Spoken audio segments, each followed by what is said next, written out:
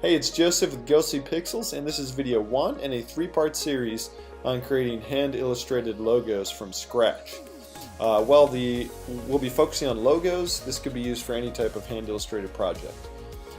So, to kick it off, video 1, we're going to talk about, first off, even before we get into it, I like to rapidly iterate by putting pencil to paper and sketching out multiple ideas essentially as fast as possible. So what a lot of designers do, what a lot of new designers do, is they get hyper-focused on the finished project. They jump straight into Illustrator and they're designing and all this and that. They got this final polished product and they show it to the client. The client's like, "Yeah, that's not what I wanted." So really what you want to do is be able to rapidly iterate through multiple ideas as fast as possible. The best way I know how to do that, from my experience, is to take a pencil. This is a pen, but pretend it's a pencil. Take a pencil. You want to sketch out as many thumbnails as you can. By thumbnails, I mean small illustrations, small size images, just getting the rough shape down, the rough idea down. You don't want to get caught up in the details. You don't want analysis paralysis, where you're sitting there like judging all of your corners and lines and trying to get it perfect. No, no, no. General to specific. You want to go ahead and sketch out as many ideas as you quickly can, because that is going to allow you to then review your ideas once you have a bunch of ideas down and pick what the best idea is. So, a few tips, and this will be in the notes below the video if you're watching on my website. Otherwise, you can head over to my website to read these tips. So, when you're sketching out, experiment with all caps, bold text, italics text, cursive text. Look at different ways to handle your typography. Don't forget about the type. Hand lettering is a whole other topic, but don't forget about the type. Type is very important. Try slanting the text. Try drawing the text on a curved baseline. In other words, you don't want the baseline to be, or you may want the baseline to be straight, but try it with the curve. Try it with the slant. Experiment with different basic shapes, rectangles, triangles, circles. Do you have an iconic shape, right? If you're doing a logo for some outdoor company, you might have mountains, right? You might have trees, you might have deer antlers, whatever. Like any kind of iconic shape you can work into it. Try with the whole slew. Don't just get stuck on one right away. Okay. Experiment with different alignment.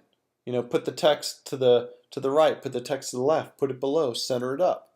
Try different placements. And again, you're just sketching this out very small on your piece of paper.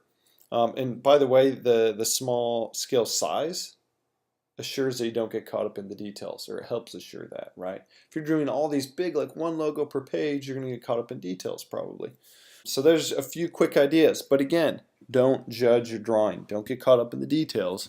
Just flow, just rock it out, just draw as many thumbnails as you can, as quickly as possible.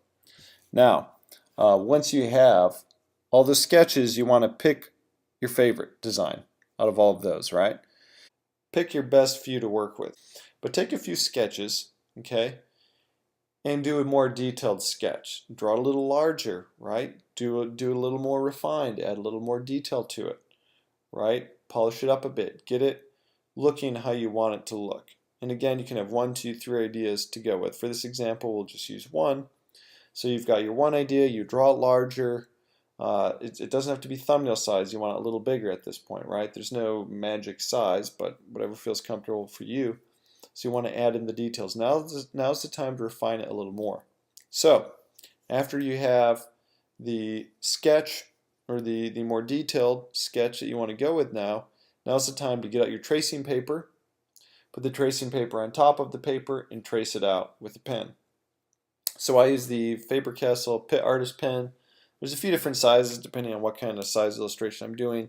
Small, medium, extra small. Now, these aren't magic, but they work well for me. I'm sure there's different brands. I'll put a link below the video.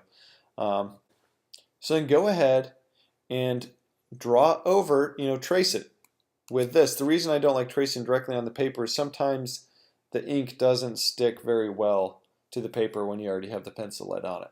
You can run into issues. So also, when we get to the next step of scanning it in, it's helpful not to have those pencil lines. So that's why I like to use tracing paper.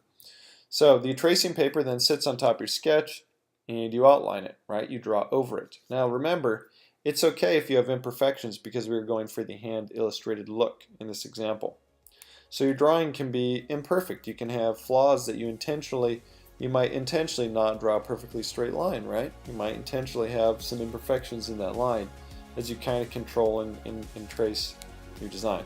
So next up will be actually taking your inked image and actually converting that to vector format. So that will be in the next video. Alright, so if you haven't already, subscribe to my newsletter, and that way you can stay up to date with any more videos I release. If you're already subscribed, then the next video is on its way. Hope this has been handy, and stay tuned for the next video.